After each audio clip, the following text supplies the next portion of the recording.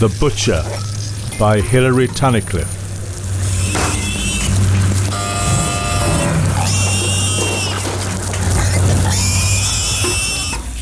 Presented by Two Score Theatre Company.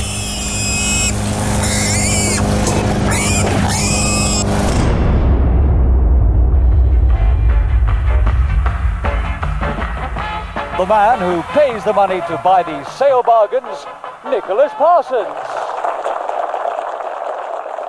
We shall all die of excitement in this place.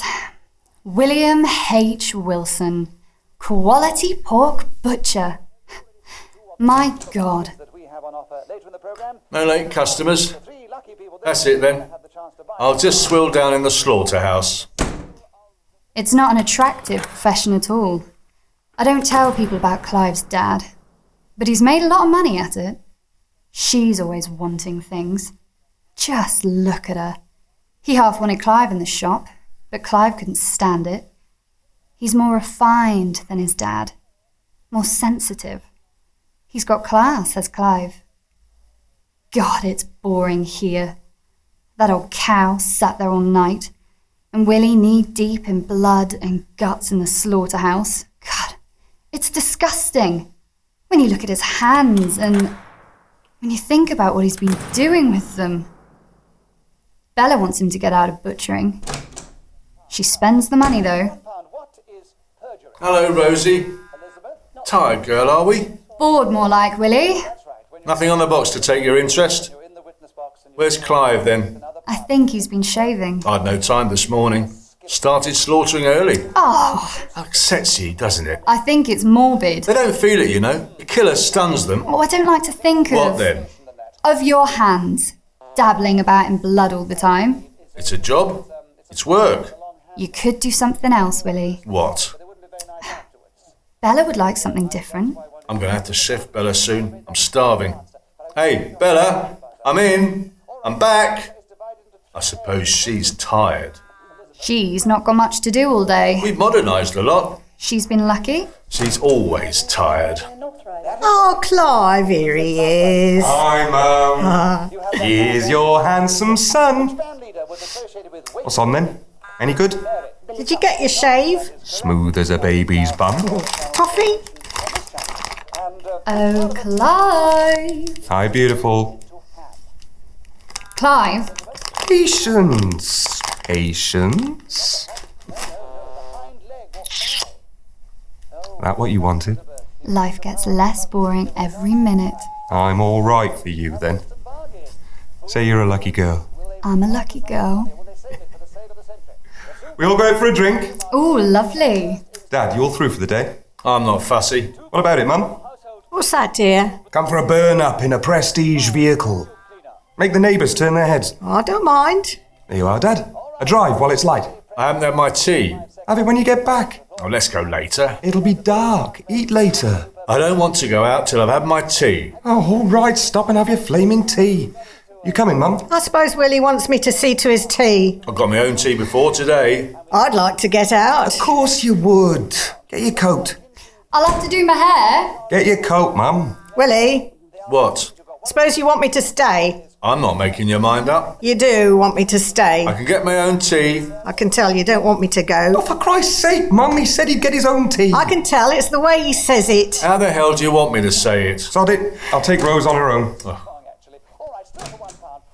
We could have gone. You could have took us both later. I'd like to have got out. Show off his bloody car. Go on. Call out to him. He'll hear you. You're always against me enjoying myself. Let's have our tea, Bella. I'm not hungry. It's you wants food. Just so long as I'm here to serve your wants. So long as I'm on tap at your beck and call, that's all a wife means to you. All you want is servant running about. You sound like a caricature of a wife saying these things. A caricature? That's a nice thing to say. You always used to have my tea ready. You'll call me freak and old cow next. You used to be full of life. Full of it. You helped me out in the shop in the old days. We both got tired together. Clapped out by the evening. Now he wants his freak of a wife to help in the shop. We used to come back in here. Do you remember the old sofa we had? And no telly in them days.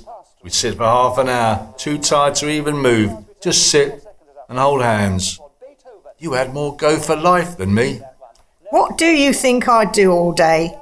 I've a house to run, washing to do, meals to get, shopping, and you tell me I'm a caricature. What did you stop home for, Bella? I stopped home because you'd be nagging and complaining for a week if I wasn't here to get your tea. Then get the bloody tea. Go on, get it. There's more warmth in a deep freeze full of carcasses than what there is in this house. It all depends what you need in this life. If you get what you need, then that's satisfactory. People need good meat. It's a question of satisfaction, people coming in here, the contact, the conversation. It does something for me. It's recreation. Rose said today she finds it disgusting. My hands was disgusting. You've got to use your hands. She don't like contact with what she don't fancy. If I worked in sewage disposal or rat catching or some such, she'd feel the same. Butcher's a precision job. It's more like surgery. A surgeon's more romantic sounding, more respected. Rosie'd not mind my hands if I was a surgeon. She has a make-believe view of life. She's built up a fancy picture of that vain, strutting peacock I have to call my son. She likes romance, all right.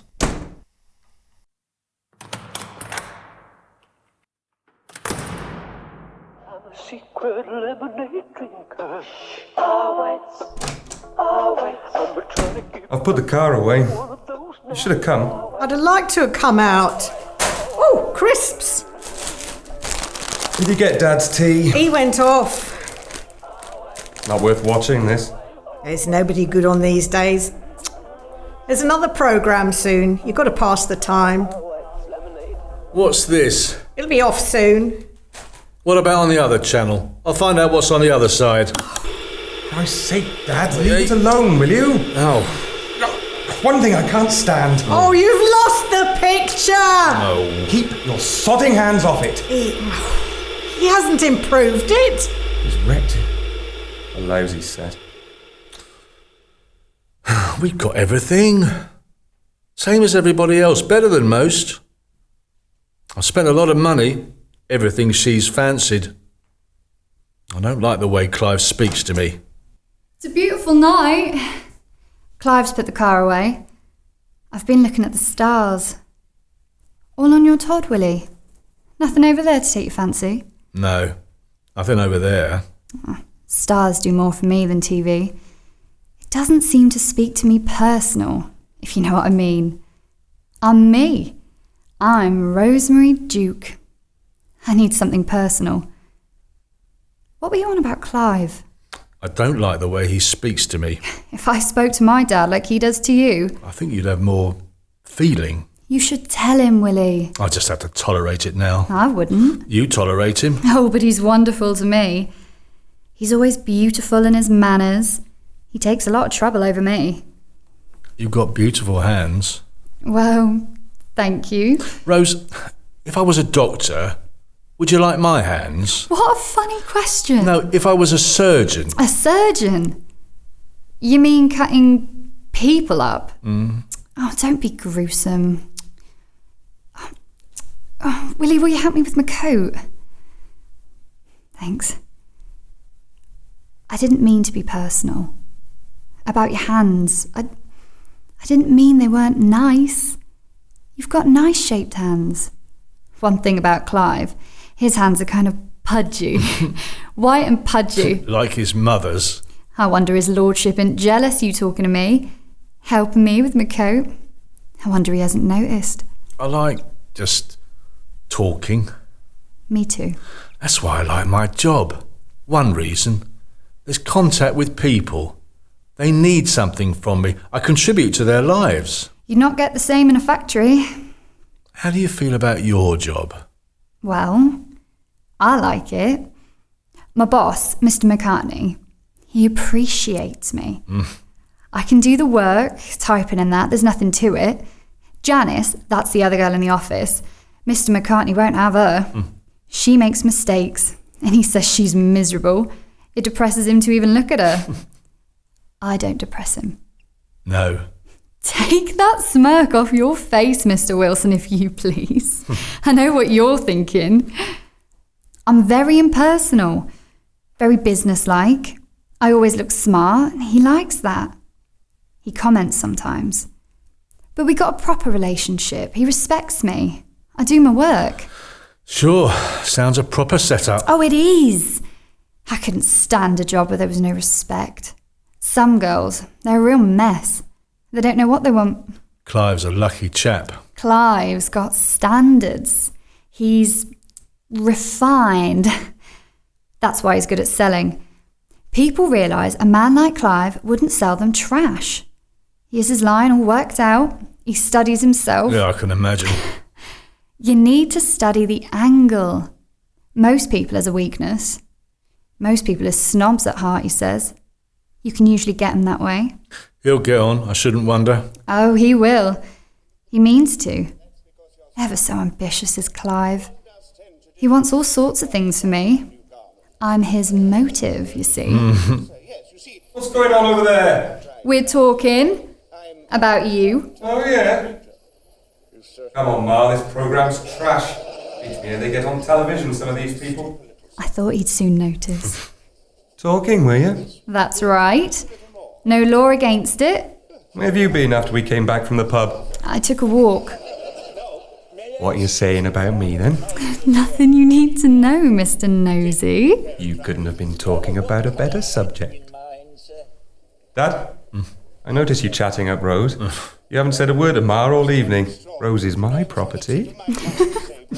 You go on, talk to Ma for a bit. She's been watching television. Well, go on, Ma. Tell him all about the interesting bits. Start a conversation. Your dad's not interested in talking to me. What's been on then, Bella? Usual programmes. Bloody marvellous. I've got to have some amusement. Oh, everybody needs amusement. Oh, Clive. I'm amusing you, honey. You're amusing yourself. Well, you can belt up. Take your lecherous eyes off Rose. I don't like the way you speak to me. You don't. There's things about you I don't like. It's not the way a son should speak. I'm a man. Same as you. You cheapen yourself.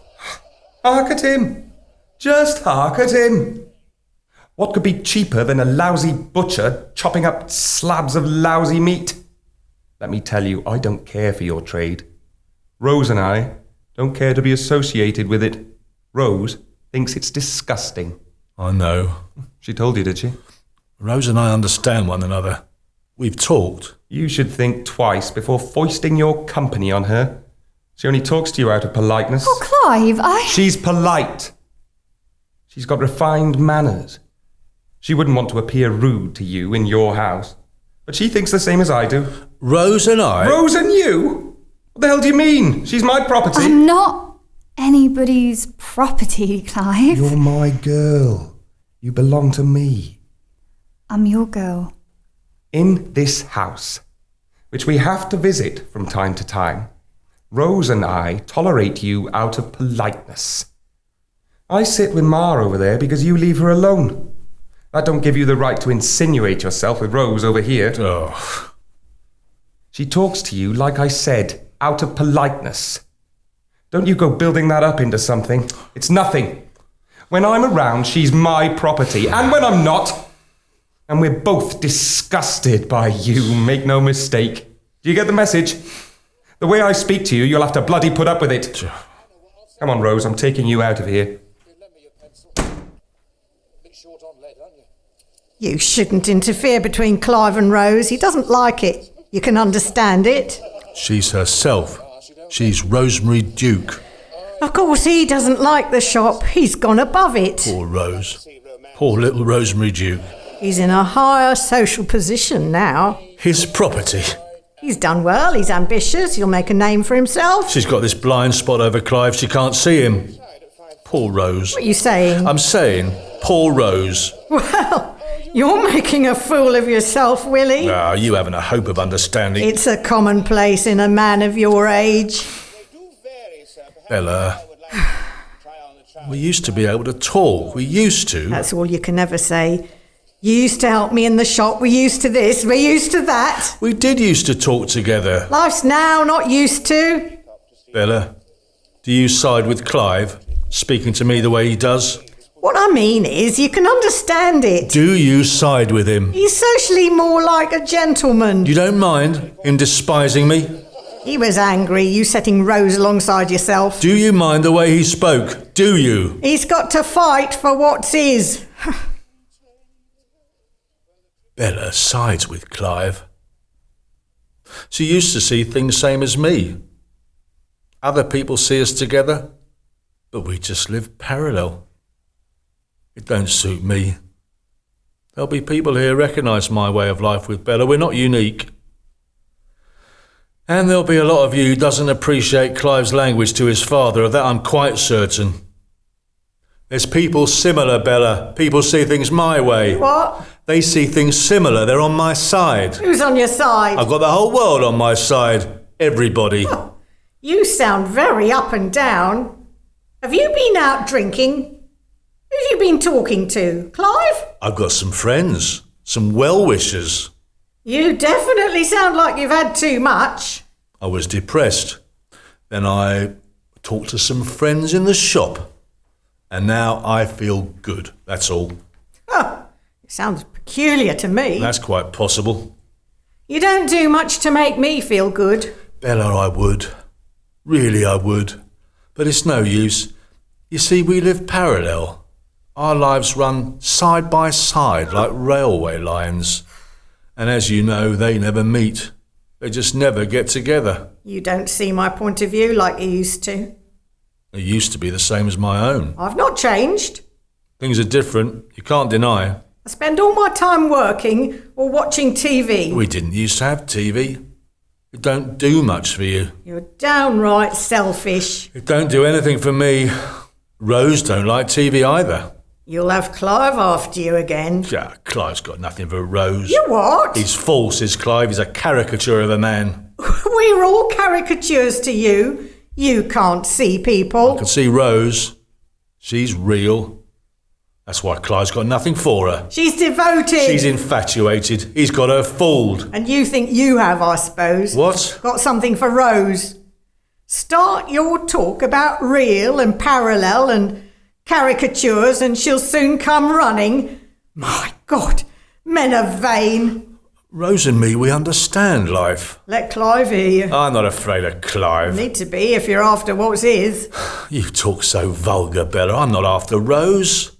I just want to get her seeing Clive in his true colours. And what might those He be? only studies himself. He doesn't study her. He only values her body like a toy for his amusement. He don't value her soul. Oh my God. I'm going to talk to Rose some more. Willie, you listen to me. If Rose isn't satisfied with Clive, she can tell him fast enough. You get to her talking about her soul, and you won't last 5 minutes. She'll laugh in your face, and Clive would slap it, and it wouldn't be more than you deserve. Rose would understand. Rose would not understand. Interfering, spoiling her romance, pushing yourself forward. That's how you see it. That's how it is. You've got no sense, Willie. If you had any sense, you know what you'd do? Leave Clive and Rose alone, sell up the shop, give you and me a nice long holiday abroad, then come home and take a 9-to-5 job in the supermarket. You're not too old. Stop thinking about Rose and Clive. You'll do nothing but harm in that quarter. You just think about that. You wouldn't have no orders to put up. We could go out in the evenings like other people or watch TV together. I'll just leave you to think about it. You did help me. You did make me feel better. I still appreciate it. I hope you still feel the same. I just hope Bella hasn't got round you. She can't see it. She's jealous of Rose, of course, but it's not like that. I'm not after Rose, as you must realise. I'll turn the sound up. You might need a bit of amusement. People do sometimes. And you were somewhere else, then I wouldn't have been there in the first place. And I wouldn't have come in here and you wouldn't have been there today. All right, that's enough. Have you seen Grandpa?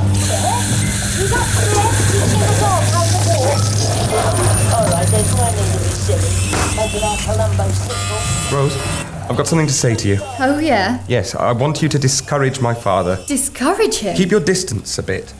Don't talk to him. Well... He talks to you only to needle me. Anything to get under my skin. You heard him how he wouldn't come in the car, didn't want to be seen with me, and stopped my mother coming. She wants to come, but no, he wants to wait until it's dark. He was hungry, he said. No, it's just... He's jealous I've got a car fit to be seen out in. He's got no standards. He's been nothing all his life. Just a butcher? Christ, I used to hate this place. When I was a kid, coming in from school, lads used to follow me down the street shouting names. Big lads, bullies. Didn't your mum know? She was with him. She used to serve in there all day. As soon as I could, I got out, didn't I? Anyway, what I'm saying, you should keep your distance. He'll never change, but there's no reason he can't be taught there's better ways of living. You built up your life. And I'm not seeing it wasted. If you lower yourself to his level...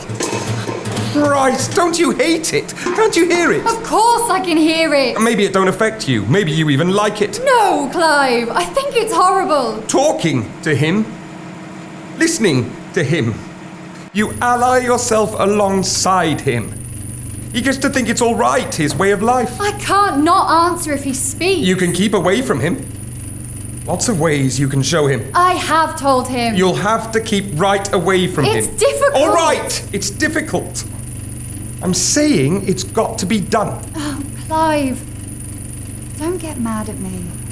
I'm not mad at you. You sound it. It gets me down every time I come home. You got me here.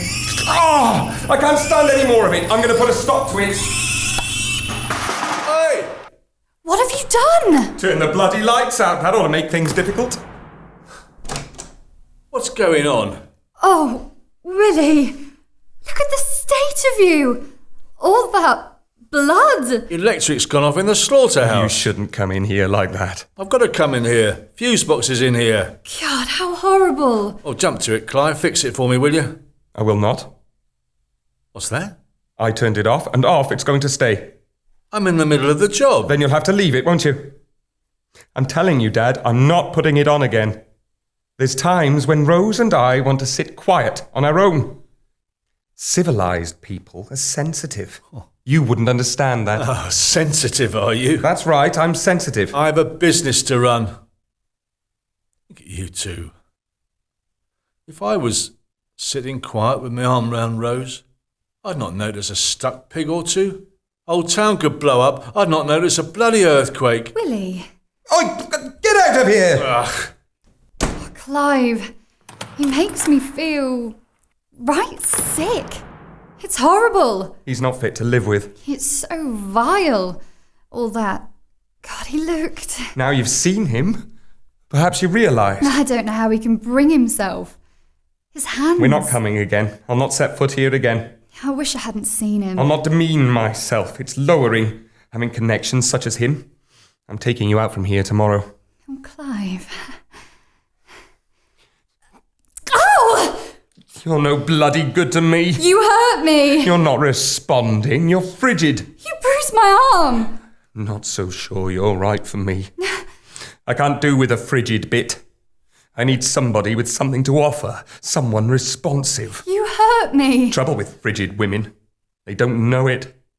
I'm choosy over my women.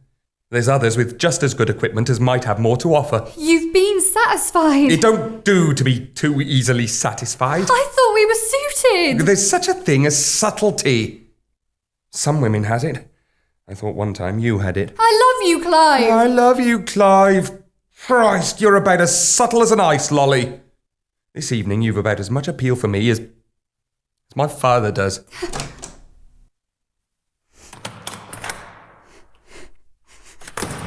I've cleaned myself up, see, Rose? Oh, I'm sorry, Rose. I'm right sorry I upset you. You look real upset. You're not crying, Rose? No, not really. I shouldn't have come in. Upset you like. I'm real sorry. Don't cry, Rose. It's not you. It's Clive. He hates me. What's he been saying? He says I'm not good enough for him. I'm not subtle. I don't know, I've got nothing to offer. I'm frigid, he says. Frigid? You? He hurt me. He grabbed hold of me so hard, he bruised my arm. Look. You deserve better than that. I thought he loved me. I thought we were suited. Somebody loves you. Wouldn't want to hurt you. His words hurt me too. Real bitter. Someone loves you, he'd appreciate you. He don't appreciate me tonight. To my mind, he never appreciated you, Rosie. Oh, he did. It's been clear to me, it's what I've known. He loves me. We've had some time. Rose, listen to me. Rose, you're beautiful. Everything about you is beautiful. Your eyes, your hair, your hands. Any man should count himself lucky. He should go down on his knees and thank God for you. Don't you let anybody tell you different. You stick up for yourself. You are sweet, Willie. I don't like to see you hurt. You're real kind. Some people, it's easy to be kind. I couldn't stick up for myself. I seemed to have no fight. He took me unexpected, saying all of that. You stick up for yourself. He can be hard. He's real hard sometimes. He scares me sometimes. Rose, you should think. You should think. Think what? If you really want to marry Clive. Oh, I do. You should try to see how he really is. But this isn't the real him. Not tonight, it isn't. He can be so different. But he can be like tonight. He was annoyed. You interrupted. Your clothes. Rose, when I said about if it had been me sitting with my arm round you, you know. You shouldn't have said that. No, all I meant was, I didn't mean me. I meant that's how it should be with anybody if they... You see, there's something wrong with Clive. Wrong? I'd like to explain about those clothes. What do you mean, wrong with him? If he was to see a surgeon in the operating theatre, he'd be all dressed up, apron and boots and that, and there'd be blood. That's why they wear aprons. It's like a uniform. They are the correct clothes. I wish you'd... There'd be hell to pay if the electrics went off in the operating theatre. Hell to pay. The ether machines could stop. Patient would maybe die. No lights. Doctors and nurses all falling over themselves in the pitch dark. Bottles all knocking over. And he'd come out. The surgeon would come belting out in all his clobber, screaming bloody murder at the bastard who tampered with the electrics. A proper drama that would be. A serious matter for one and all. Willie! They'd remember it. They'd talk about it for years in the hospital. It would be a memorable event, a serious matter. But you tell them, a butcher stuck in amongst his dripping pigs, stumbling over his carcasses in the pitch dark, they'd laugh their stupid heads off. Willie! What do you mean? There's something wrong with Clive. He could do a thing like that. He hurt me, doing a thing like that. He degraded my profession, and he hurt you, your arm. The things he said to you, they hurt you, and he meant to hurt you. And the things he says to me, they hurt me, and he means them to. He doesn't care. That's what I mean. That's what's wrong. He means to hurt, and he doesn't care. There's got to be a reason for it, you see, Rose, a motive for hurting. Surgeons hurt you, only you don't feel it, in order to cure you. You've got a fixation on surgeons. Clive's reason's in him, not in you. That's the difference. Not to cure you. Cure me? Why he hurts us. It's not to cure us, it's in him. It's got to come out of him. He betrays what he is by it. He does care. You said he didn't care. He does care for me. Caring's funny. I used to care for Bella. Don't you love her no more? I wouldn't want to hurt her. It's our way of life that's changed. Yes, I can see. Oh, we can talk, Rose. It's what I told Bella. You and me, we can talk. Anybody can talk. Oh, no. Talking's like loving. There's not many people, not many at all. You are funny. Everybody can talk. It's like a poison in Clive.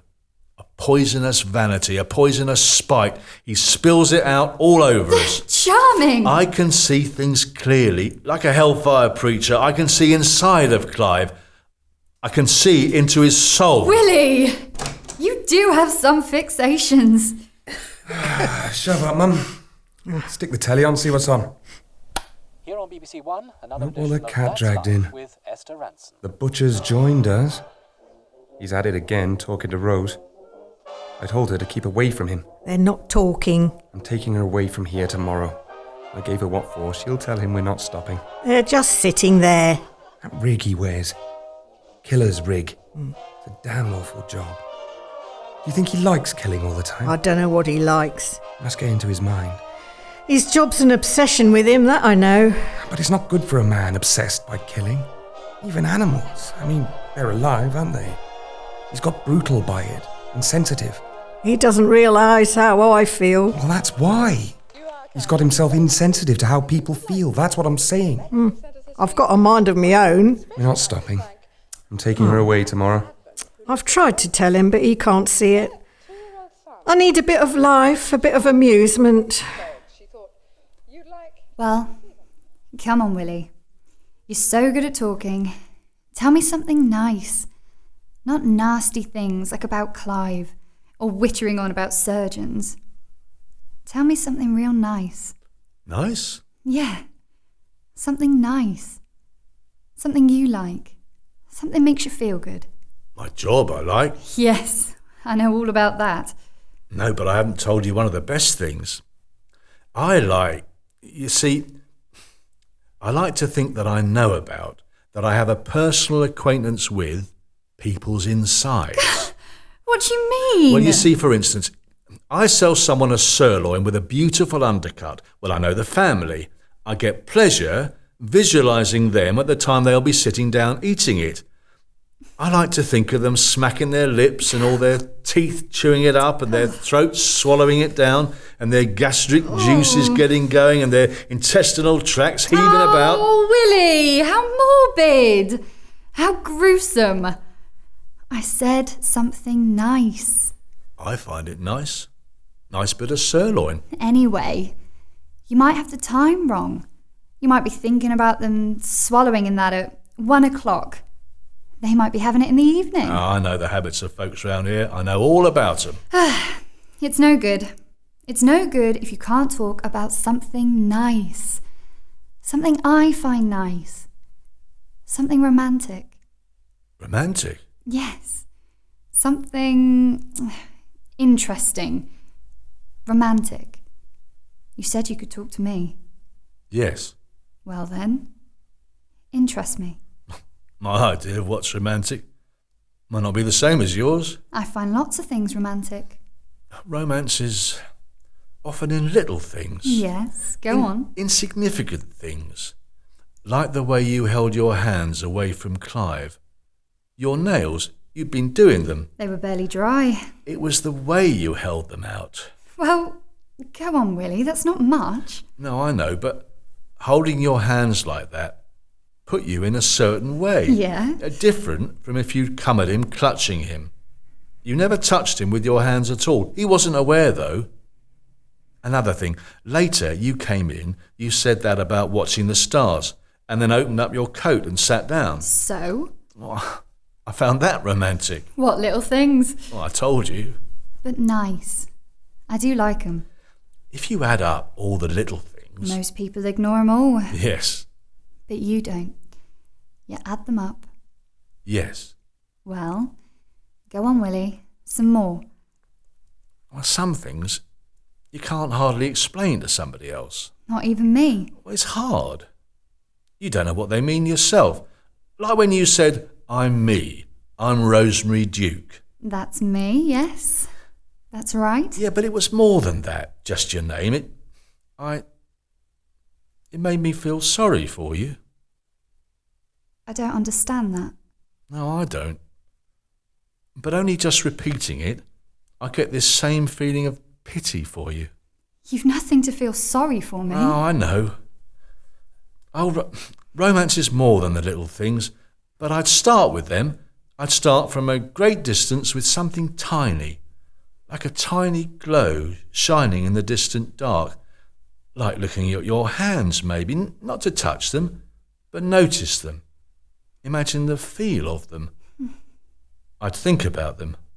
I'd talk to you about your hands. They take on a significance. I'd be quite content for a while. Then I'd be closer, you see. I'd notice perhaps your hair, the way it shines, the way it falls. I'd not touch it, oh no. I'd imagine the feel of it under your hands. I'd imagine your hands and your hair together. Then I'd be closer still. I'd see your eyes. I'd see them windows for looking out and for looking in. And I'd hear your voice, the sound of it. I'd make myself familiar with the tones of it. I'd imagine your voice saying things to me, things I'd only thought myself. I'd imagine you're saying them and see how they sounded then. Oh, Willie, that is the most romantic way anybody's ever talked to me. That really surprises me, Willie. I find it doesn't surprise me. I've seen your eyes. I've heard your voice. What's going on here then? Oh, Clive! Oh! You little rat! Clive! It's off! You filthy, sodding, evil-minded, creepy fucking rat! Oh, Clive, Oh! Get up! Go on! Get up! Go on, get up out of it, I say! don't! Clive, don't! Please don't! There wasn't anything going on. You should be ashamed. There wasn't anything going on. Clive! Honest, he was only... Oh, yeah? What was he only? He was nothing. It was my fault. I asked him. It wasn't his fault. He wasn't doing anything. You asked him? What? Undress you? Lay you on the floor? No, I only asked him to say something romantic. Something romantic? Him? We were talking. That's all. He was talking to me, that's all. That's all. I'm a fool. I'm seeing things. I'm imagining things. Say I'm a fool then. Go on, say it. Clive, please don't hurt me. Ow. Leave her alone. Well, you got a nerve. We were only talking. I can't explain to you. You don't need to, mate. It's what I said after all. A commonplace. It's no commonplace. All men think their affairs are unique. I told you last night, keep your hands off Clive's property. I told you. You don't understand. Don't make me tired. No, you don't understand. We were talking. Oh. I'm sorry, Rose. It's my mother you should be sorry to. You'll say no more to Rose. I'll deal with her. It was just, like a kind of fantasy, Rosie. Like a fantasy. We're not interested in your dreary little sex fantasies. There was nothing of that. Oh my God, I've been had. Rose will have some explaining to do. I want a chance to explain to Rose. You're not going to have any chance. I'm taking Rose out of here tomorrow first thing. I'm not being made a fool of twice. If I find I can't trust her, I'll lock her up. You can consider yourself lucky you're still alive. You don't understand. I'm not sure I want to. I don't rightly understand myself. You won't take what's said to you. You will go your own way. You can make excuses, it don't alter what's done. There's nothing done, Bella. It's been very upsetting. I don't want to talk about it anymore.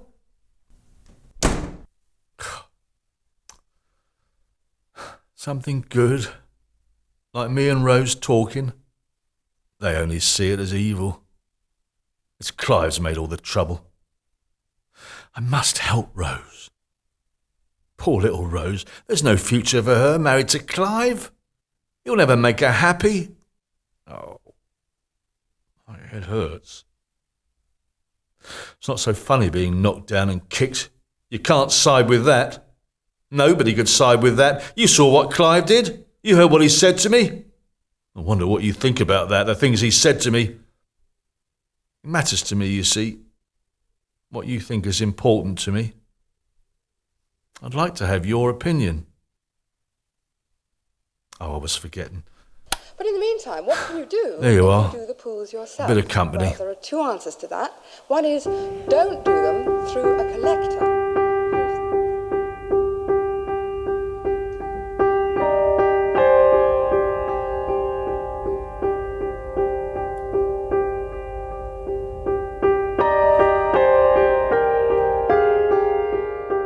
Well, there's not much difficulty knowing what to think, is there?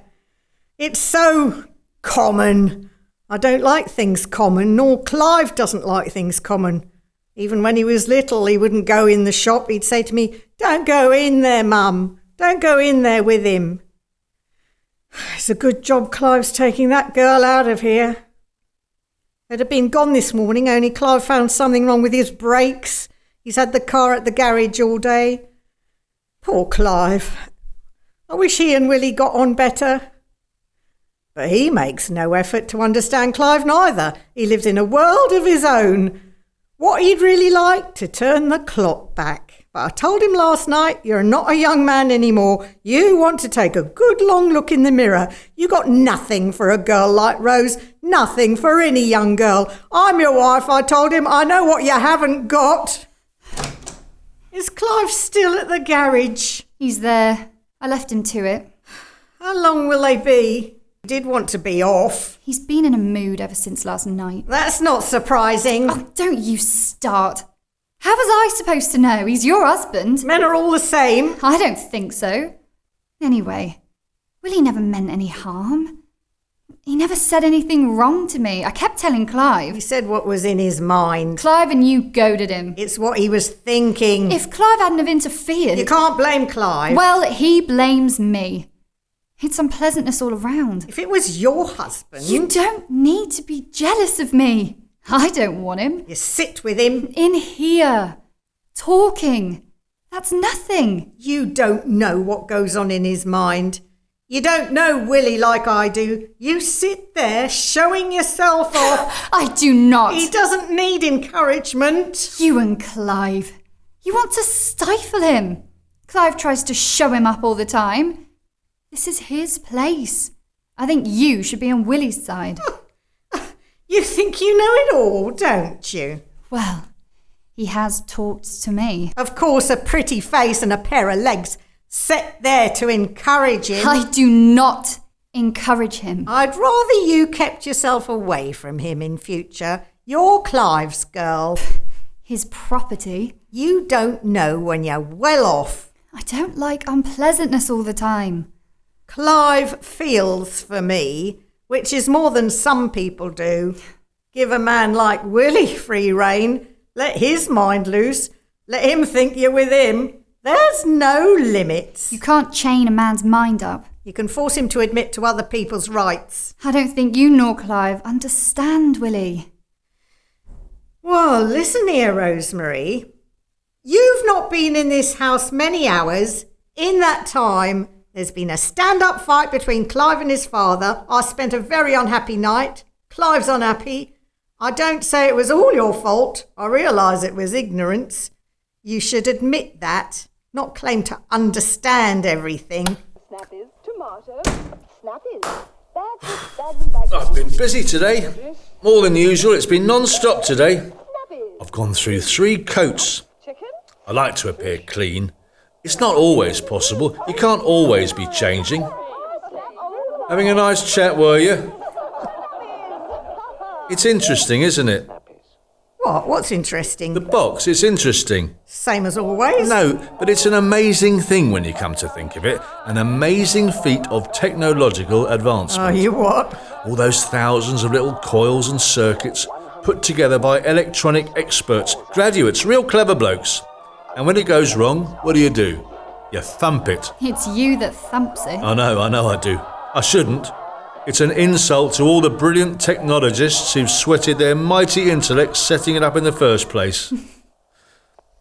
Seems you won't be off yet a while then, Rosie. Clive will go just as soon as he can. That's another thing. Cars. You don't understand the workings, you're helpless. We'd be better off living simple. Not complicated machinery governing our lives. If you and Clive had a horse and cart, You think Clive might understand a horse? if he had to, if we all had to live, simple. Oh, you make me tired. You just play for Rose laughing at you. You're free to laugh too, Bella. It's childish. Don't make me want to laugh. You're just staving off. Staving off what? Anything, everything. You keep your life tolerable for yourself. Other people's feelings might not exist. You tell me your feelings then. I've told you before now. Oh, go on, tell me again. There's no point you don't listen to me. I'll listen. Go on. I'm listening. I'll wait till we're alone. I'll tell you then, shall I? You're bored. You're fed up with me and my job in this place. You'd like to get away. You'd like to go on a holiday. Well, we'll go on a holiday. We'll go on a cruise. You'd never go away. Oh, yes, I'd like to. Hey, Rosie, good idea, don't you think? Sounds wonderful. If it was me, I'd jump at it. You and Clive come too. We'll all go. Somewhere exciting. Ooh. What do you say, Bella? I don't think you're serious. We'll go wherever you like for as long as you like. You shouldn't spring things. And I know women got to have all the trimmings, all new clothes. You go out and buy everything you want, anything you want. How lovely. The last time I patronised that garage. Aren't they finished yet? They haven't got the spares, of course. They'll do some sort of botch up. I shall have to pay again to have it done properly. Oh, dear. They're so thick you wouldn't credit. They stand round staring with their hands in their bloody pockets. I'm not paying for wasted time. The worst are coming to a place like this. It's like backwoods. There'll be an hour or so. My time's valuable if theirs isn't. Stop here tonight. Leave in the morning. I'm leaving tonight. We got a plan to discuss.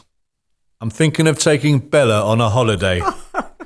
I'm thinking of inviting you and Rose to come along. Money's no object. I've got plenty put by. Willie, you're surely not thinking of treating me and Clive? Why not? You had your holiday this year. I could get off easy. We'll mention a cruise, Clive. Not for me, thanks. Well, wouldn't you like? No. Oh, you would? I've said no. It's for my mother to go with him. I've not said. Seems you and me are the only ones keen, Rose. Oh, isn't that just like you? Raise up hell at home, then start offering bribes to Rose behind my back.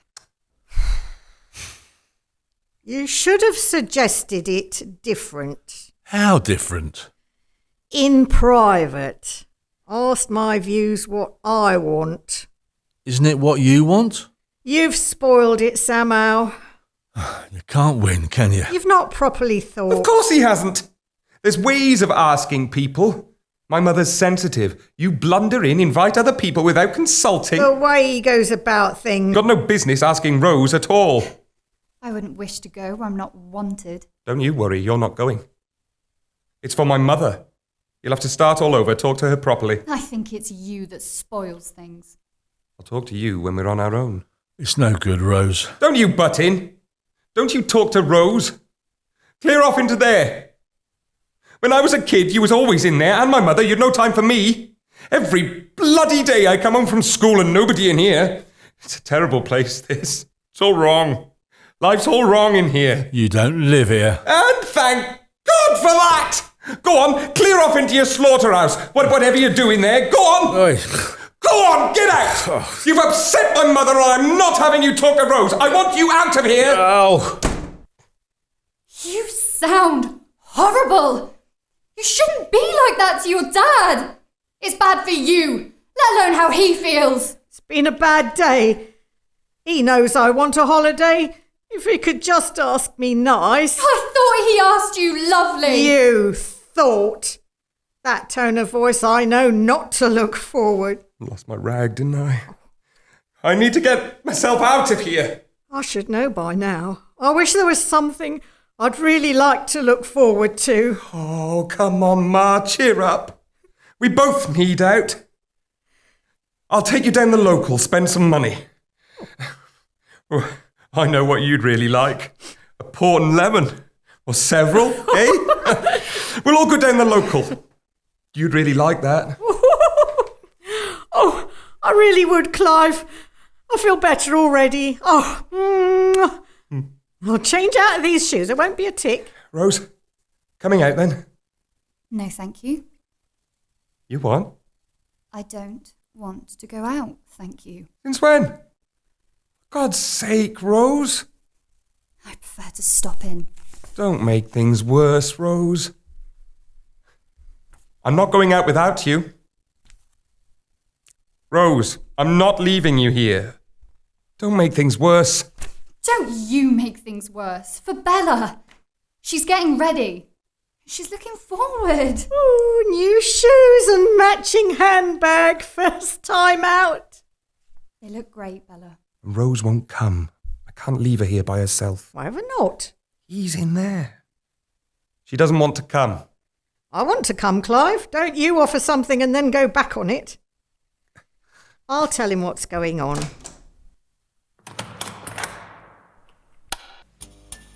He's not in here.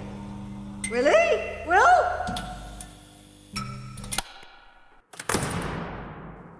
He'll have gone for a walk. He often does. Okay, let's go. What if he comes back? Oh, he'll come back sometime, Clive. Go on, snap out of it. Port and lemon, remember? Sooner we go, sooner we'll be back. Willie? Are you there? Willie? Rose, what are you doing? Where's the others? Gone for a drink. Only just. I heard Bella shouting. You didn't answer. She thought you'd gone for a walk. No, I hadn't. I didn't want to go to the pub with Clive. I thought he'd been horrible to you. I didn't like you being shoved off in there all by yourself. It's not very cheerful. What about we have a drink together? I don't mind. Thank you. Cheers. Cheers. I'm used to being alone in the slaughterhouse. It's peaceful. It's clean and quiet. I've got all the steelwork polished and gleaming, all the tiling washed down white. Would you like to see in? No, thank you. The animals appreciate it's peaceful.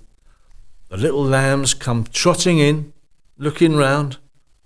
I love the lambs. I lead them in gently. I stroke them and talk to them. They have no fear of me. They just come forward quiet and docile. They've had a rough time in the market in the trucks. The drivers don't care. I still don't like it. Animals don't know past or future. It's their whole life, and mine, in those few minutes. Yes, well, I know you'd never be cruel. The slaughter's nothing, you see. They don't anticipate, they don't feel it. It's nothing. Maybe. Whether I talk to them 2 minutes, 2 hours, it's no difference. They don't know about time. They're happy with me. I can imagine you'd be kind to them. Some people don't even trouble how they talk to humans. Are you going back in there tonight? No. Why? You've still got your coat on. Yes. You know, if I was a doctor, I'd have just exactly the same style of coat on. Well, maybe similar. They can't all be exactly the same. I would. They are. Exactly the same. The same make of coat. I've seen a doctor in a coat just exactly the same as this one. Okay, all right, you win. They're all exactly the same. You're not a doctor, Willie. No. But you like to keep your coat on. Doctors can tell what's wrong. Because they got the standing, people has to listen. Well, it's more. They got the training. It's a respected profession. I could respect you more, Willie. On account of what you said about the animals. So you'd like to come on a cruise around the world, Rose? I can't imagine anybody not wanting. You and me. When I was by myself in the slaughterhouse, my mind was off. We were away on an ocean liner. I could see it all, in details. We were up on the boat deck. A calm evening with stars out. You like stars, don't you, Rose? And then we were down at dinner in the dining saloon. And there's flowers and the orchestra playing. Everybody dressed up. I can even see the frock you got on. What's it like? It's lace. Pale blue lace. With a low neck and long sleeves, with a row of little buttons on the cuffs, little glass buttons, and a tight bodice and waist. And the skirt hangs down in pleats to the floor. Pleats? In lace? Well, folds. It's not just straight. A full skirt, you mean? Yes, that's right. It was just like I said. And in the daytime, you had all other clothes, no 2 days the same, and we were enjoying everything, the food and the company and the sunshine, and we talked about everything. It was like in another world. And the people we met, they were all different from their everyday. They accepted us. We could be how we chose, and they could. We were all free and happy. You were the most beautiful. People turned their heads. Up on the deck at night, there were coloured lights looped along the deck rails, and in the ballroom there was a great glass chandelier. If it had been rough, it would have swung to and fro over our heads, but it hung, massive and still, glittering and still. How lovely. Where I see you is all light. We are having a nice evening. It's lucky they went out. I wouldn't look at Clive. He tried to make me. He's still narky about last night, really. There was nothing wrong with last night, not between you and me, Rosie. No, I know. If it's just me alone or you and me talking, there's never anything wrong. It's only when Clive... He needs to get away from here. He sees things distorted. Like in a faulty mirror, he twists something good and turns it evil, and then that's what he goes by. I can't think of you together with Clive. He seems against me. He belongs in another side of my mind. Usually it's him and me. We're happy all the time. The dark side of my mind. Life goes on outside of your mind, Willie. The most real thing you talked to me tonight was all about that ship. You get mixed between real and imagined. That's all right by me. I like it. I'm a bit the same myself, but you can't always. Clive isn't just how you see him. He is. I see him how he is. And everybody here can see him the same. That's nonsense. They hardly know him around here. Everyone likes him at work. It's you that won't see him how he is. It's true what I said. If I was a doctor, I'd know what was wrong and you'd have to listen. Oh, for Christ's sake! I can diagnose the trouble, but you don't respect me. I've got no standing, so you don't believe me. It's your whole future, your whole life. You've got to hear me, Rose. Clive is evil. You'll be fed by the poison in his mind. It will kill you in the end. He will kill you. That's the most wicked thing I've ever heard anybody say. You're so young. You're spoiling our evening. You can cope with things hard while you're young. Easy and peaceful suit me. I am like a doctor. You must accept what I say, like professional advice. The cure is simple. You're raving. You must cut Clive right out of your life. You must recognise him for what he is, malignant to you. You must look for someone who will nourish your life. Someone who understands you. Like you, I suppose. I could, Rose. We could make a life together. I do understand you. And you've always understood me. We could go away together.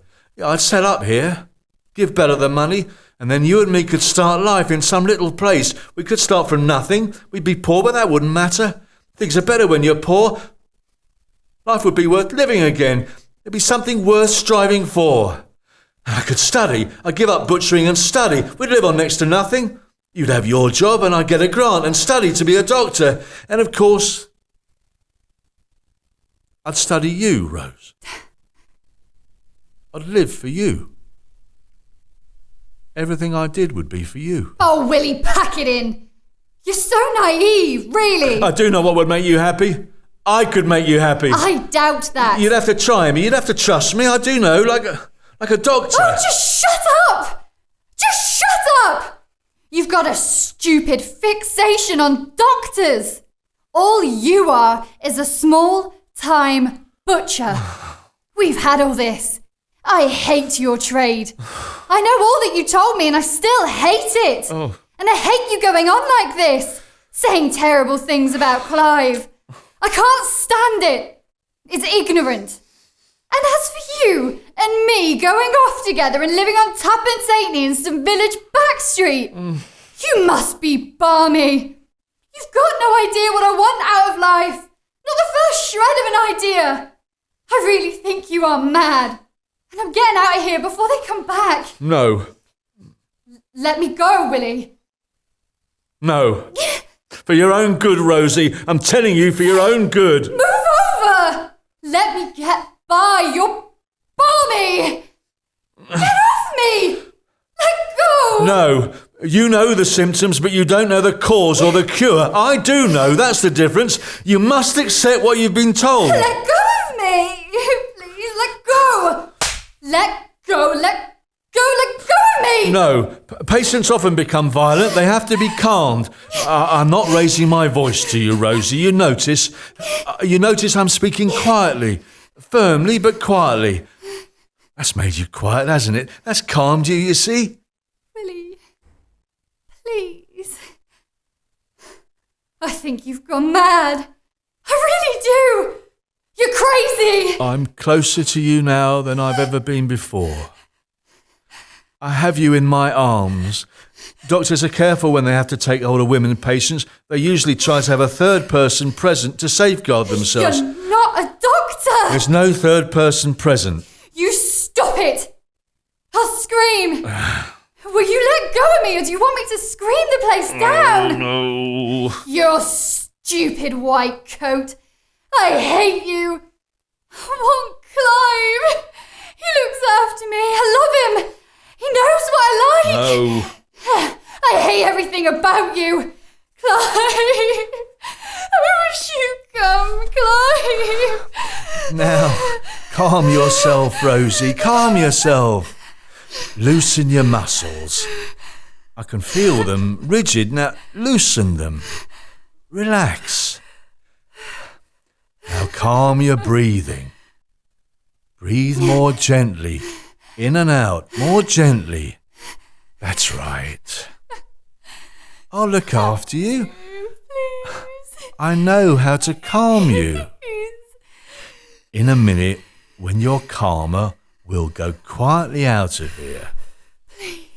There's no hurry. We won't go till you're calmer. You must allow yourself to be soothed, Rose. Hear the tone of my voice.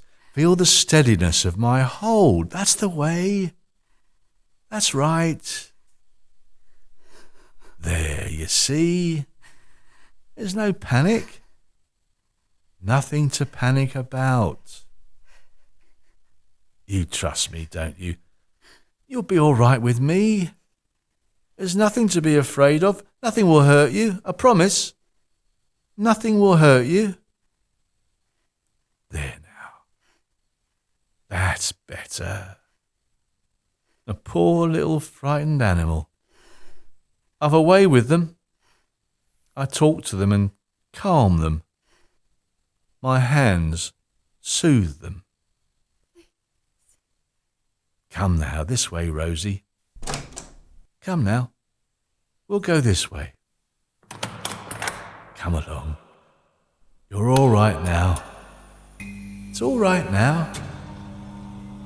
There now. Come along. Either way to go. I'm tired and I want to go to bed. Had a little. Oh dear. Steady, mother. I'm all right. I need my slippers on. They're upstairs. Oh, my legs. I only had the 2 port and lemons. It's gone straight to my legs. Oh, that's better. Oh, I have enjoyed myself tonight. Don't you really like the way they've done that place up? Very nice.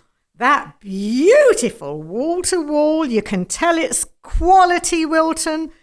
Must have cost a fortune. Yeah, maybe. No maybe about it. And fancy running into Derek Lloyd. You did remember him, Clive? Mother, I only made the mistake asking him what Bob's doing these days. I thought he'd never give over telling me. Yeah, that's right. Town halls, roads and bridges. Sorry, do you want one? Oh, better not mix it. I'll have a cup of tea with Willie later. Wherever is he? We'd been home for a while. I don't know where he is. There's no sounds in there. I've been thinking. You know, I've been feeling I've not been fair on my dad. Really, I've just been stupid. Petty, jealous, spitting out stupid rubbish words. Deep down, I know he doesn't mean any harm. It's just his way of going on. Anyway, before we go, when he comes in, I'll say to him that all the arguments we've been having were my fault. I got things all wrong and I'm apologising. Oh, that's so good. And I hope he'll accept it. Anyway, there's no harm done. That's so good, Clive. I think that's wonderful of you. No, I've been stupid. I should know better. I'll put it right with him. He'll understand. Not all sons would see it the same. I hope he appreciates. I'm not sure I agree it was all your fault. I feel really worse the way I went for Rose. Of course, I knew she wasn't carrying on with me dad. It'd be ridiculous. I deliberately put her in the wrong just to upset her. I couldn't live without Rose. You've had a lot of girlfriends. None of them like her, though. She's the one for me. Another swift one, then I'll get moving. Don't drink too many, love. I wish you'd stay till morning. No, we'll get back. She must be packing her stuff. 2 nights, she takes enough clobber for 2 weeks. If Willie's in his slaughterhouse, it's time he came out of it. Oh, Willie! You in there, Willie? Oh, botheration. Oh, well, there you are. Over here, Dad. I've got some beer in. Cheers. Cheers. Well, we had a really nice outing. They've done that place up, all new lighting from behind big pink plastic kind of shelves flush with the walls. They look lovely. Seems much more spacious. And a wonderful new carpet. There was a lot of people in. You should have come. Oh, yes, well, I'm sorry, love. I am sorry. I feel a bit bad we left you. I do feel bad. It was just, you took me by surprise about the cruise. Well, anyway, you'll never guess who we met. Derek Lloyd, remember? He spotted me straight off. "Hello, Bella, my love," he said. He seemed really pleased. I was telling him about the cruise. He says we should get down the High Street travel agent. Shall we, Willie? Shall we do that? If you want to. Well, of course. I have said I'm sorry. And you were ever so generous about buying me new clothes. I'll need to dye it. It hasn't seemed worth bothering for nowhere to go and nobody to notice. My hand reaches out for the chocolates automatic. You're not very talkative, Willie. Haven't you been thinking about it too? Yes. You'll need some new clothes too, you know. A nice dark blazer, something nautical. You're a good-looking man still. You can be. And smart canvas shoes or sandals for deck wear. I'll need a dinner dress. I thought crimpline, it doesn't crush, and slacks for on deck, and maybe some shorts. Do you think I'd look right in shorts? Give it a rest, Ma. You could change your mind and come, Clive. Your father did ask you and Rose. She'd come like a shot. We could have a lot of fun. We had our holiday. But thanks for the offer, Dad. And, Dad, I've been planning to say I'm sorry for all the rows we've been having. And when I knocked you down. I feel very bad about that. I shouldn't have done that. I am sorry. I don't know. I get wrong with myself here. I can't explain it. I'm better away from here. It's not that I don't want to see you and Ma. It's not that. You do want to see us, Clive. I said I do. I was remembering how we used to go down the common with my power model plane you bought me. Do you remember going with me? We used to spend hours zooming it round and round. It was good, that plane. Do you remember? Yes. It came back to me when we met Derek Lloyd in the pub. He bought Bob one, but he didn't go out with him. We used to meet Bob out on his own down in the common. Mine was better than his. Top of the range, my plane was. Wonder what happened to it. There's a lot of your old stuff put away upstairs. All my childhood stacked away in a cupboard. Well, I've said it, Dad. I've said I'm sorry. It was all my fault. Rose was upset with me. I'll say sorry to her as well. I'll go find her now, then I'll go for the car. I wish he'd wait till morning. It was good of him to apologise. It cost him something. Can't you say something nice about it when he comes back? Whatever's the matter with you? Are you sulking because we went and left you? You had Rose to talk to. We left her in here. Didn't you come and talk to her? Yes. Well then, you liked talking to her. What did you talk about? We talked about the cruise. She'd like to be coming, wouldn't she? Yes, she would. It'll be best just us two, don't you think so? Yes, I think so. I feel ever so tired.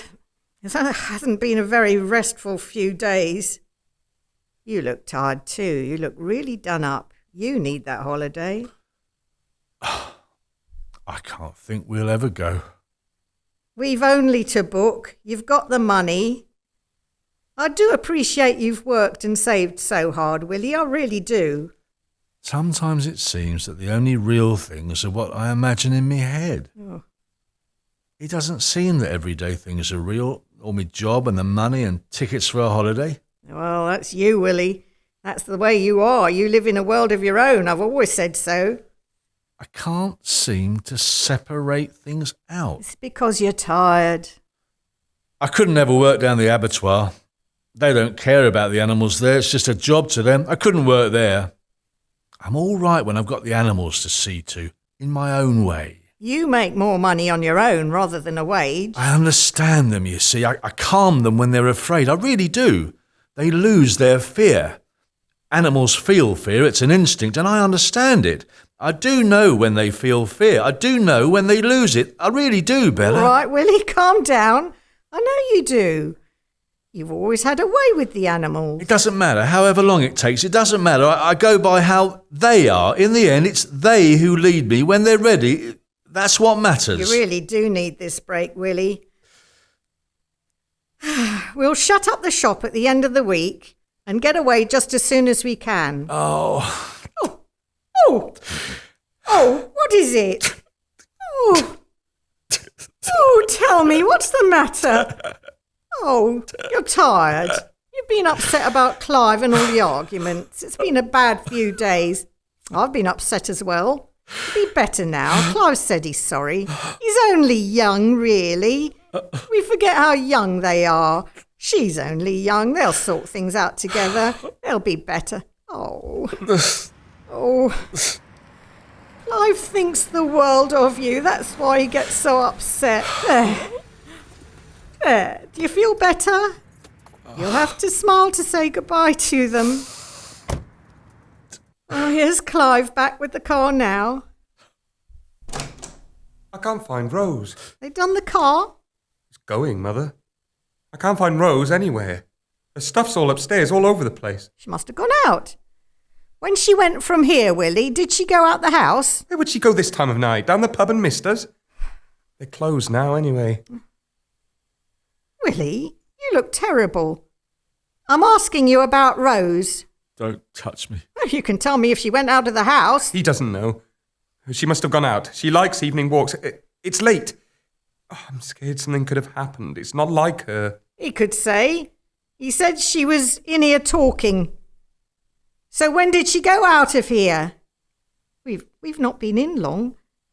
I wish you'd just think back. Oh, it's useless, Mother. I should get out looking for her. Something bad must have happened. Where should I start? Neighbours, Ruby Williams on the corner. She doesn't know her. She wouldn't go that way. She'd probably go up by the common. She likes it up there. She maybe tripped on rough ground in the dark. Twisted her ankle. I'd better get out there. I'll take the car up, drive slow. Keep me eyes skimmed. Oh, Police always used to patrol the common at night.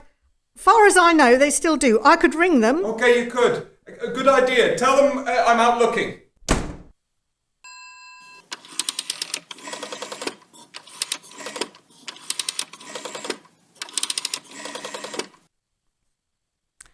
Bella Wilson from Wilson's Butchers on Reewood. Yes, that's right. Oh, yes, of course I didn't recognise your voice. How are you? You could tell me, do you still patrol Reewood Common at night?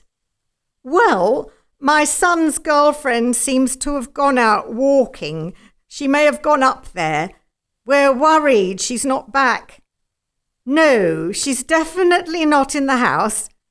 Clive thinks she could have tripped and twisted her ankle. He's gone up there with his car looking. We thought if you had a patrol out, you could alert him, or her, isn't it these days? Oh, thank you ever so much. She's a slim blonde, about 5'6", 23, Rosemary Duke. Oh, just a minute, hang on. Willie, what was Rose wearing when she went out? A blue lace dress. I'm sorry, my husband was the last person to see her. He doesn't notice what people are wearing. You know what men are like. When Clive and I went out, she had on jeans and a white polo neck. No, she didn't come out. She stopped in with Willie. We went down to the Grapes. She and Clive had a bit of an argy. She said she didn't want to come out. By the time we got back, she'd gone. No. We can't quite work out how long. We left before they closed. No. Well, thanks ever so much. Right. Thank you. Goodbye. That was Doug Chapman, one of your customers. They do still patrol the common. Whatever do you mean, Rose in a blue lace dress? That's right. Down to the floor. It's not right, it's nonsense. It's obstructing the police. Nobody ever saw Rose for real in a blue lace dress, down to the floor or otherwise. She said she could almost see herself in it. A good job I didn't pass your message on to Doug Chapman. He might think twice about coming in for his piece of steak. When was she supposed to be wearing it? She wore it on the cruise. In the ballroom. Oh, right, I see. On the cruise, of course. In the slaughterhouse, I passed the time imagining it all. And when I came out, I told her all about it, how lovely she looked in it. She'd been feeling low. She said I cheered her up. You've always been a good describer. It was all like real in my mind. I made it seem real to her. I don't doubt it. Well, with luck in a few weeks, it will be real. But not for Rose. Did you talk about it the whole evening? No. We talked about other things. More romancing? Sort of. No, not really. It's hard to explain. Things get mixed up. Real and imagined get mixed up. We talked about serious things. You might not understand. Oh, and Rose does, I suppose. No, she often doesn't. She often doesn't like the things I tell her. Oh, I do hope Clive's found her. I hope he met the patrol. Such as what doesn't she like? Such as if I was a doctor and I told her something, she'd have to believe it. But because I'm just a butcher, she thinks she doesn't have to. That's not romancing, that's hard facts. It depends on what you told her. I told her something I have observed, a fact I have observed. Me being a butcher and observing facts is real. I think you've been nagging on again about Clive. Yes. I had to. Somebody had to. A doctor or a counsellor, anybody trained like them, they diagnose it easy. Oh. But me, I can see it just as easy and she won't believe me. She just will not believe me. She refused to hear anything, nothing I could say. She wouldn't listen. She would not listen to me. Willie, stop it. Sit down. This isn't like you. Stop walking around. She despises me because I'm a butcher. Everything I tried to say, she shouted at me. She hit me. That'll do, Will. We haven't any more time for this. Something's really upset you. OK, we'll sort it out. We'll put it right. Sit down, Will. You must let me help you. You must talk to me. Oh, Bella. It's OK, Will. Suppose you tell me exactly. You're OK now, Will. You tell me now, right? Clive and I had gone out. You came in here to find Rose, right? She came to find me. Into the slaughterhouse? No, she called me. Right, OK, she called you. I came into here. I poured us a drink of scotch. We talked about the animals. I had my coat on. I said it was like a doctor's white coat. We talked about doctors a bit. Then I told you. We imagined about the cruise. Yes, so then what? She mentioned Clive. I said I couldn't think of them together. She didn't want to hear. She put her hands over her ears. I went up behind her and I held them away, so she had to listen to me. Oh, anyone would hate that. I'm surprised at you doing that. Go on. Well, then I started romancing again. I could set up here, I said, and go away and study to be a doctor. And if she wanted, she could come with me. None of it was real. I don't know. It was just... We both knew it wasn't real. She said I was naive. She thought I was crazy. She shouted at me and said I was balmy, and she was going to get out before you and Clive came back. So that's when she went out? No. I blocked her path. I wouldn't let her go. I held her arms. She struggled like a mad thing and hit me across the face. I held her. She shouted for Clive and beat me with her fists. Then I set about calming her. Like I do the animals. Oh, Will! Oh, how appalling! I calmed her in the end. I could feel her heart frantic. It gradually slowed down. I could tell. The panic started to go. I know how to do it, you see. Then I led her into the slaughterhouse.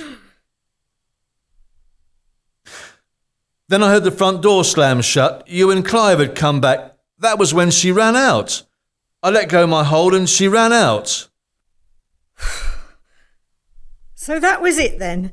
She ran out the yard door and out the gate and up the road, and you just stayed in the slaughterhouse. Till you called. Oh, God, what a story. Poor girl. Oh, poor Rose. Whatever made you behave like that? Thank God you told me. It's going to take some putting right. I feel better I told you. We must find her. Don't tell Clive. He'll have to know. Rose will tell him. Don't you tell him. We must find her quick. I wonder, should I ring the police again? They'd have rung. Oh, I don't know. Is that his car? I don't know what I should do. What you should do is have a cup of tea. I do feel much better. I could just fancy a drink of tea, maybe a biscuit. I'll put the kettle on. If you'd have told Clive when you first came in that Rose had just run out the yard gate, he could have caught her up easy. We'd have been saved all this bother. Mother, this is P.C. Burton, Pete Burton. We met on the common. Dad, P.C. Burton. How do you do? Is there any news? A phone call. You tell them. We had a call put through from a van driver. He'd been flagged down by a young woman running. She wanted the railway station. She seemed very flustered, he said. She answers Rosie's description. So he took her. It wasn't out of his way. He thought he should report the incident. Right thing to do. He put her onto the near platform for the 2305 stopping train to Birmingham New Street. After he rang, we ascertained it had just pulled out. Her parents live in Yardley. He said she wasn't carrying any luggage, not even a handbag. I'm making tea. Do you want some? It's very kind of you, sir. I'd better get back on duty. They're sending a sergeant down to the railway station, and then he'll come on here. Here? To this house? To make a preliminary search of the premises, sir. And why would he need to do that? Well, when a person is reported missing, the police need to satisfy themselves that, in premises which should have been searched, nowhere has been overlooked. But if this girl is halfway to Birmingham... She's likely not Rose at all. Much more likely. She's not that close to her parents. Rose had just run out from here. Clive and I came back from the pub. Willie was here. He told us she'd run up the road. She'd gone by the time we got back. Willie explained what had happened. Sergeant Jones will take all the relevant details. He'll note down all your movements. The procedure will be routine until Rosemary Duke is found. Do you have her parents' address and phone number? Oh, it'll be upstairs. All her stuff's all over the place up there. I should know it. Could we take a look, please? We don't need more police here. Clive? What?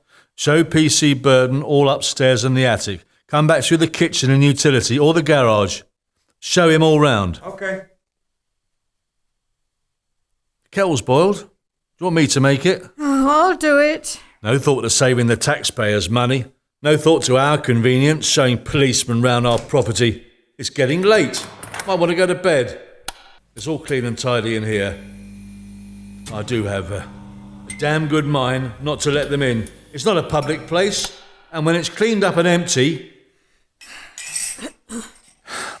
I like to keep it locked. They can take my word for it. What are you on about? My slaughterhouse. If policemen want to start poking about in there, I'm planning to refuse to let them in. You can't stop them. It's my property. They can take my word for it. If they've got a search warrant, you can't be serious, Will. There now. I think I'm within my legal rights. That's nonsense. I'm certain you're wrong there. That's the whole point of search warrants. I'll be off now, Mrs. Wilson. Mr. Wilson. Sergeant Jones shouldn't be too long. He'll have a colleague with him. They'll brief you on any developments, take a good look round, and then leave you in peace. You could have saved Sergeant Jones and his mate the bother of coming at all. Oh, excuse me, sir. I can't officially search your house without a warrant. You could deny me entry any room you choose.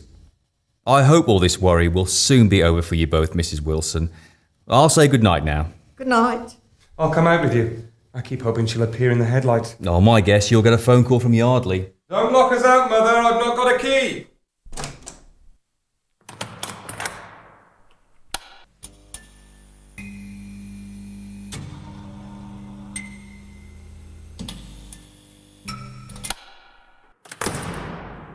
Dr. Wilson at your service. Oh, Willie, for heaven's sake. Rob Turner gave you that stethoscope years back when their boy abandoned medical school. I thought you'd have done playing with that. It's not a toy, Bella. I can hear and recognise different bodily sounds. I can tell cardiac from venous or arterial sounds. I can practice on the animals. Oh, well, OK, but... I'll test my medical skill on the police. Absolutely not, Will. Use your brain. They know you're a butcher. They could be impressed. 2 policemen will be here any minute with a search warrant for this house and shop. What do you suggest we do now, Will? Come on, you tell me. What's the sensible thing to do? Let them experiment with my stethoscope. They've maybe never used one. Too right they won't have. You've got to be joking, Willie. Come on, I'll tell you. They're tired, it's late. They'll want to finish their job and get home. No locked doors. Give me the key for this one. Come on. We don't want to raise any suspicions, do we? What suspicions?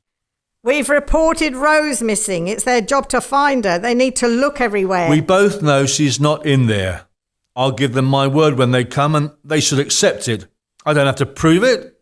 Listen. Just listen. Police are coming here tonight, specially, to search this house with a search warrant. We have to let them go where they want. Legally, our word won't do. You do have to prove it. You sound like you're on their side. Of course I am. They're looking for Rose. In the wrong place. We both know she ran out. There's no point in me unlocking that door. Will, have you thought? It was you told me she ran out. That's what I said. That's what I mean. I didn't see her go. I only have your word for it. And you're saying my word won't do? Not for police, it won't. You either believe it or you don't. Of course I believe it. You grabbed her. She shouted to get away. You wouldn't let her go. Then she got in a panic and you tried to calm her down. I did calm her. She was calmed down by when we heard you and Clive come to the front. I loosed my hold and she ran out the yard door and up the lane. It's not me you have to convince. Rose and me understand one another. I had calmed her, like I do my animals. Rose is not one of your animals.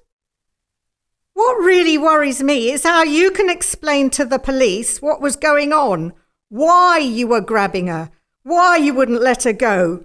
They'll really wonder what the hell you were up to. My guess they'll think the obvious. I've always understood you, and it's obvious to me what was going on. So typical of the way your mind works.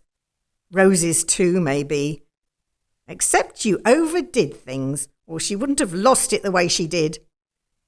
When police get here, it's for us to make their job easier. Open doors for them. It's in our interest. We've got nothing to hide. Let it stand open, leave lights on, hang up your white coat and stop wearing that stupid thing. You can't imagine how much it annoys me. We need to get a move on, tidy up. They shouldn't find us arguing. Come on, Key. I want to open that door. I like it better shut. Have you listened to a word I've been saying? I don't see that it matters. If they want to go in... Of course they'll want to. I'm saying if they do, they can ask me to open the door. The last thing you should do is let police see you wearing that thing. It's part of a doctor's uniform. I'm telling you to take it off. Police respect uniform. Just take it off! Oh, this whole place is a mess. I need to shift the tray. Are you going to do what I ask? I'll think about it. I'll give you 2 minutes to come to your senses while I take this out. Oh, damn, oh hell, what a mess. All down my skirt. Come on, give me a hand. We must get this up. I need to change my skirt. Oh, hell, that's them. Right, just coming. Get these up into the kitchen. All right, we're coming. Hang on. I'll have to leave my skirt. Oh, my God, would you believe it? It could be Rose wanting Clive. I'll answer the phone. You get the door open, Will. OK. Hang on!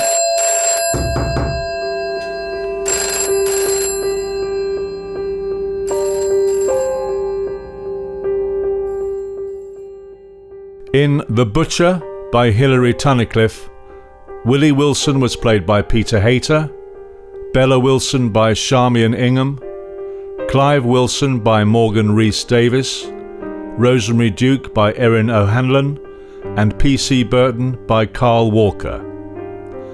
The Butcher was directed by Peter Hayter, with technical production by Wild Edric Media, and was a 2-score theatre company production for the Ludlow Fringe Festival 2020 in aid of the Caitlin Kickstart Award charity.